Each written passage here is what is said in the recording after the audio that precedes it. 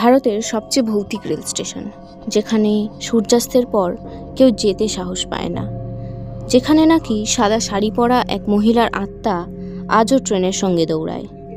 হ্যাঁ, আজকের গল্প সেই রহস্যময় বেগুনকোদর রেলওয়ে স্টেশন নিয়ে। চলুন আজ আমরা জানব এই স্টেশন কি সত্যিই ভৌতিক, নাকি সবটাই মানুষের ভয় আর কল্পনা। বেগুনকোদর পশ্চিমবঙ্গের পুরুলিয়া জেলার একটি ছোট্ট গ্রাম। এই স্টেশনটি চালু হয়েছিল 1960 সালে। প্রথম দিকে সব কিছুই ছিল স্বাভাবিক, লোকাল ট্রেন থামতো, যাত্রী উঠতো নামতো।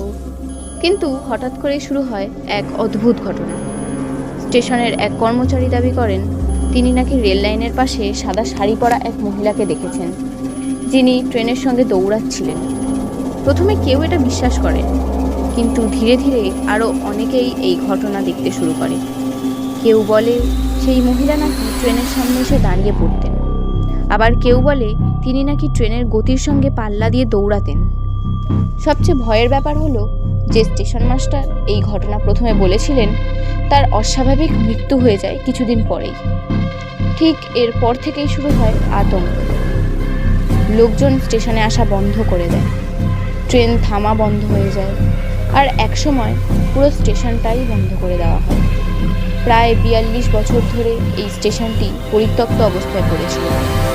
স্থানীয়রা বিশ্বাস করত ওই মহিলা একজন আত্মা, যিনি হয়তো ট্রেন দুর্ঘটনায় মারা গিয়েছিলেন, আর তার আত্মা আজও শান্তি পায়নি।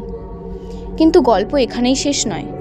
2009 সালে তৎকালীন রেলমন্ত্রী এই স্টেশনটি আবার চালু করার সিদ্ধান্ত নেন। স্টেশনটি নতুন করে সংস্কার করা হয়, আবার ট্রেন চলাচল শুরু হয়। কিন্তু প্রশ্নটা এখনও থেকে যায়, সত্যিই কি এখানে কোনো ভূত আছে, নাকি এটা শুধুই মানুষের ভয় আর গুজব?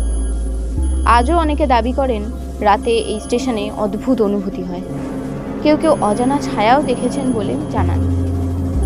তাহলে বেগুনকোদর স্টেশন কি সত্যি ভৌতিক, নাকি সবটাই কাকতালীয় ঘটনা আর মানুষের কল্পনা? সত্যি যাই হোক, এই গল্পটা আজও রহস্যে ঘেরা। গল্পটা শুনে তোমার কি মনে হয় সেটা কমেন্ট করে জানাও।